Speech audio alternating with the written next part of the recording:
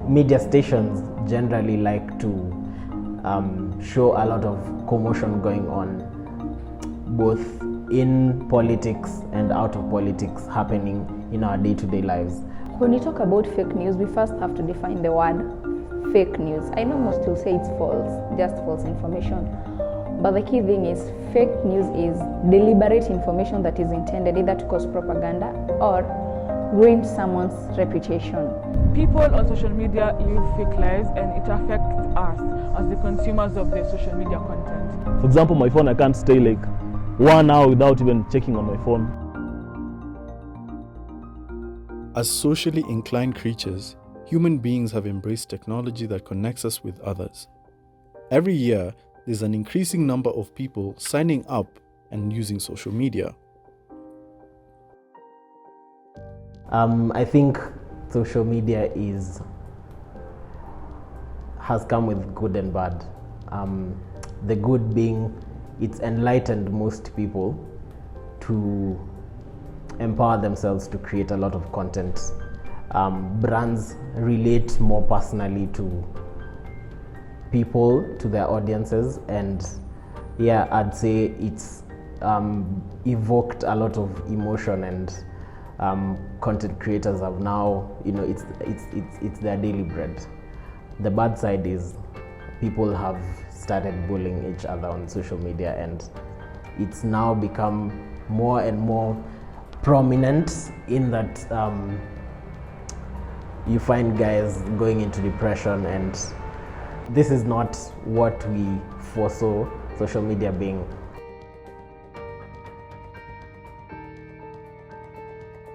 And the most destructive part about social media is the fake lives.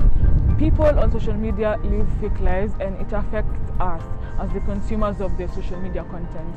Personally, sometimes I might be seeing someone doing something and I'll be tempted to do the same thing. For example, I'll be seeing these influencers and celebrities posting their cars, and I'll be like, how comes I don't have a car? And it might prompt me to be, the next time I see a car, I'll just be snapping and saying, oh, this is my car, I just got it, blah, blah, blah, blah, blah, blah. And that's not the only instance of fake lives. There are so many times, even people, for example, they can be in a sitting and they're just bored, but once someone removes their phone and starts snapping, everyone starts being excited and to pretend to show everyone that they're having fun. Facebook was the thing when it came to the country, and then now we slowly shifted on to Instagram, obviously being Facebook's partner, and then Twitter now. And now the age of Kenyans on Twitter is a whole new dimension and a whole new paradigm shift into how social media as a thing has come to impact people, because now you find politicians, you find Christians, you find people of every kind attacking each other in this thing called personal opinion and my view of things. So that also goes to show that a lot of media literacy is needed when it comes to attacking, quote unquote, people on social media, and how you view things and how you show your content, basically. Look at the recent situations of misogyny, and misogyny in this case being that contempt towards women and towards girls in general, ladies. People have lost their jobs, people have gone into depression because of that misogyny, because of such statements, especially from the masculine, from the men's side, statements in contempt of ladies.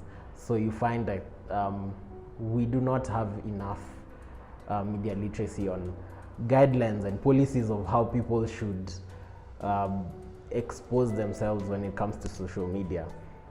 So the conversations that need to happen right now, especially for the upcoming creators and the upcoming target audience of guys who are shifting from the teenagehood and being empowered with a device called a phone and social media in general, we need to have more literacy to them. So we need to guide them on this is what's required, this is what's needed of you when you're actually on this platform, because different platforms speak to different people in different ways. When I'm on Facebook, most people say they feel judged to be in that specific platform.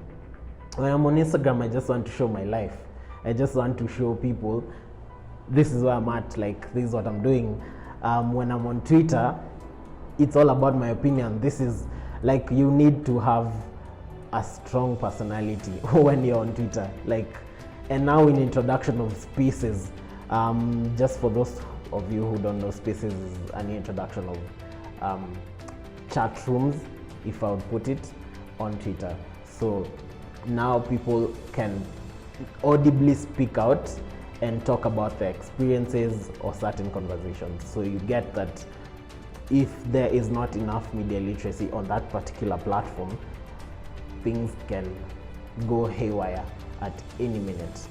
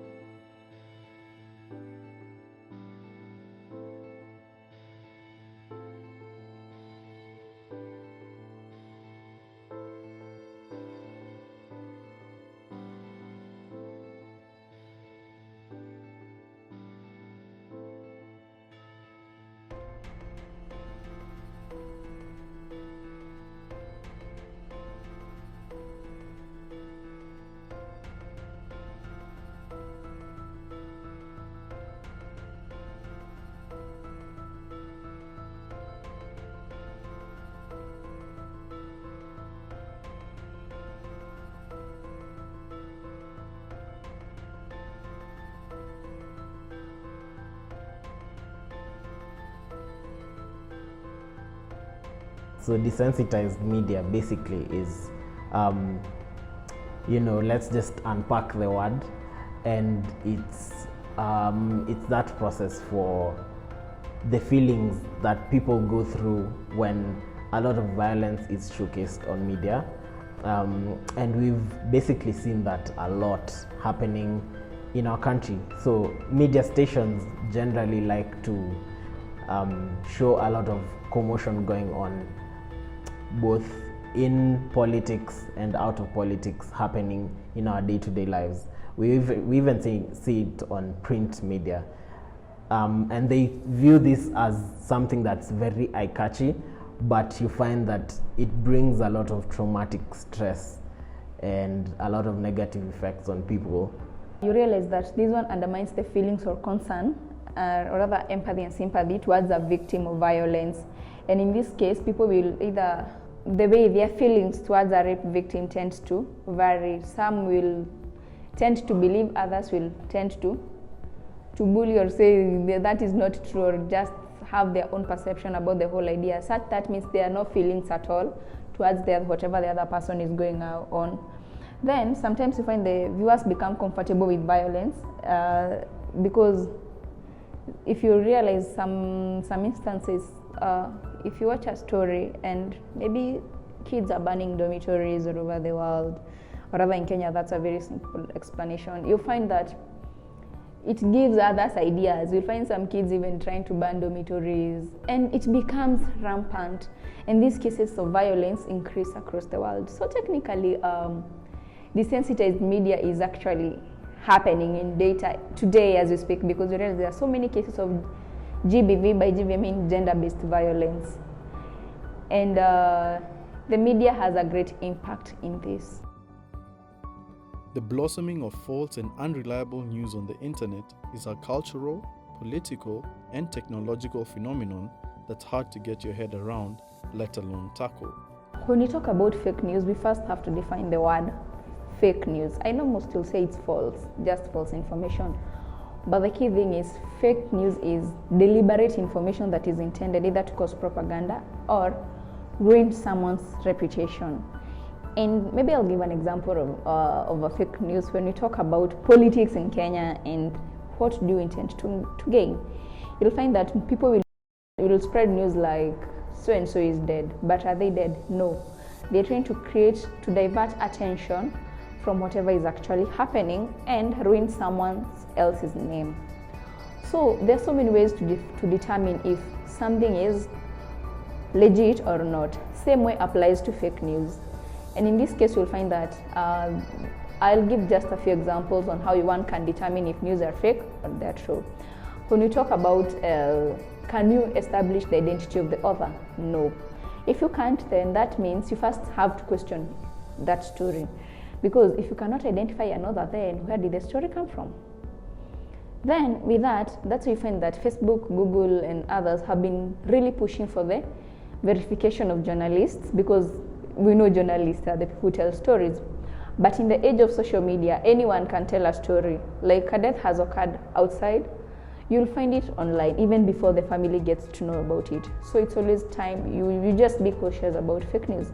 The other thing is, if the website is legit, you can determine if a website is true, because for some reason some people create websites within a few minutes, the domain and everything else. But a legit website has the contact of the company. If you can reach out, you can share your story or such things, and they always give in their social media pages. If you cannot trace the website, who created it, what is the main purpose, I mean, you don't trust just any website. The supporting sources, by this like if you're doing a story today, let's say there's an accident along Mbagathi Road and you are not at the scene, how can you confirm or how can you verify that indeed there was an accident? Some of your sources maybe would be the traffic commander along that road, and maybe the family. Such things, if you cannot find a quote and a legit quote, and once you call that source, they say that story is true, please, that's a fake story, or rather I say it's fake news. Independent, you as a journalist, you need to make a judgment about a story. You determine if it's true or not. By this, you can decide maybe, let me reach out to this source. Maybe they have some extra information I can use to add. If you cannot reach the source, or rather you call them and they say, I don't want to comment, or I'm not aware of that, you first question the authenticity of that story. I have been a victim of fake news. Once I read an article that says science has made it possible for 2 gay guys to have a baby. And I was shook. I rushed to the net to see if it was true. And I had believed the article so much, and I was even arguing with people, no, science has made it possible. When they asked me how, I really couldn't explain, but because I had read it, I had believed that it was true.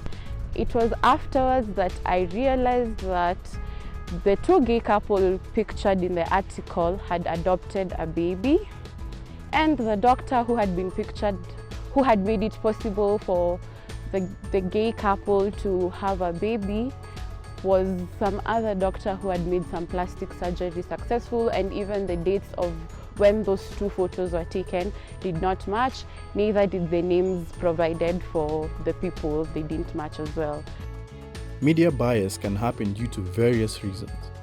It occurs when journalists or people connected with the reporting of a particular event have a prejudiced opinion about certain things, which ultimately results in a distorted version of the story. This is how maybe journalists and producers give attention to stories. Let's say like there's a time people used to say, oh, a certain local media house is biased on how they cover maybe politics.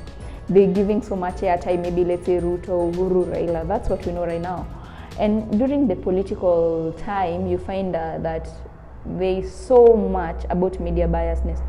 You'll maybe go appear on Facebook and you'll find people talking about, you're giving too much attention to this. These are hoax. You're fighting so and so.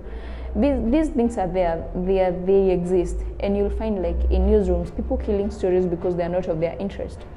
And by this I mean you come with a story, you've been on the ground, someone pays, and the story is killed just because someone who has power is controlling something. That's biasness, because whoever was telling the story didn't get a chance to be listened to or to tell their side of the story. When we say about media bias as well, you need to give someone time to reply. Let's say you're reporting on a story maybe that you came across online, or someone had accused someone of something. If you don't get the other side of the story, a response from whoever is being sued or being exposed, that is biasness. That means you didn't give fair reply to the other person. Then we can talk about media addiction. I know 90% of Kenyans who are aged between, let's say, 14 to 55, you'll find them on social media. And not exempting even the older generation, they know how to use smartphones. They can access Twitter, they can access Facebook, Instagram, and any other platform that is either entertaining, supplying information.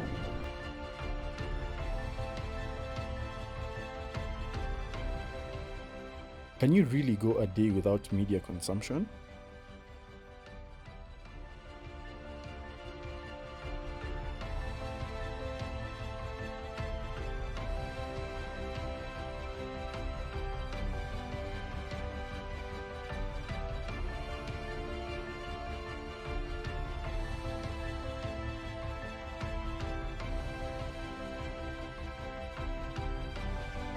Like in a day, I frequently use like all forms of media, television, social media, and my laptop.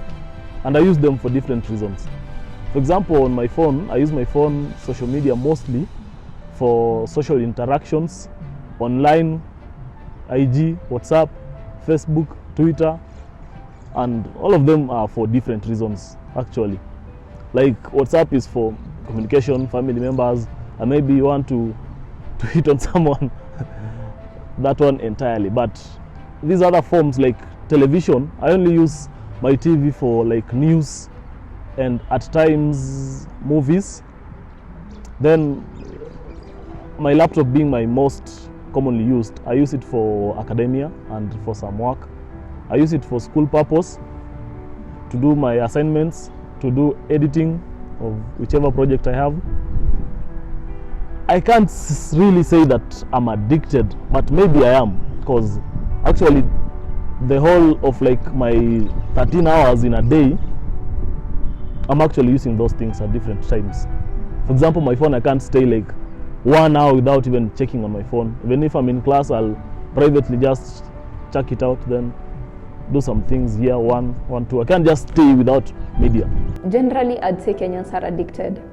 You look at how people, 90% of population on Twitter, the things they're talking about, you will not miss people commenting about a certain topic any time of the day, be it at night, be it during the day.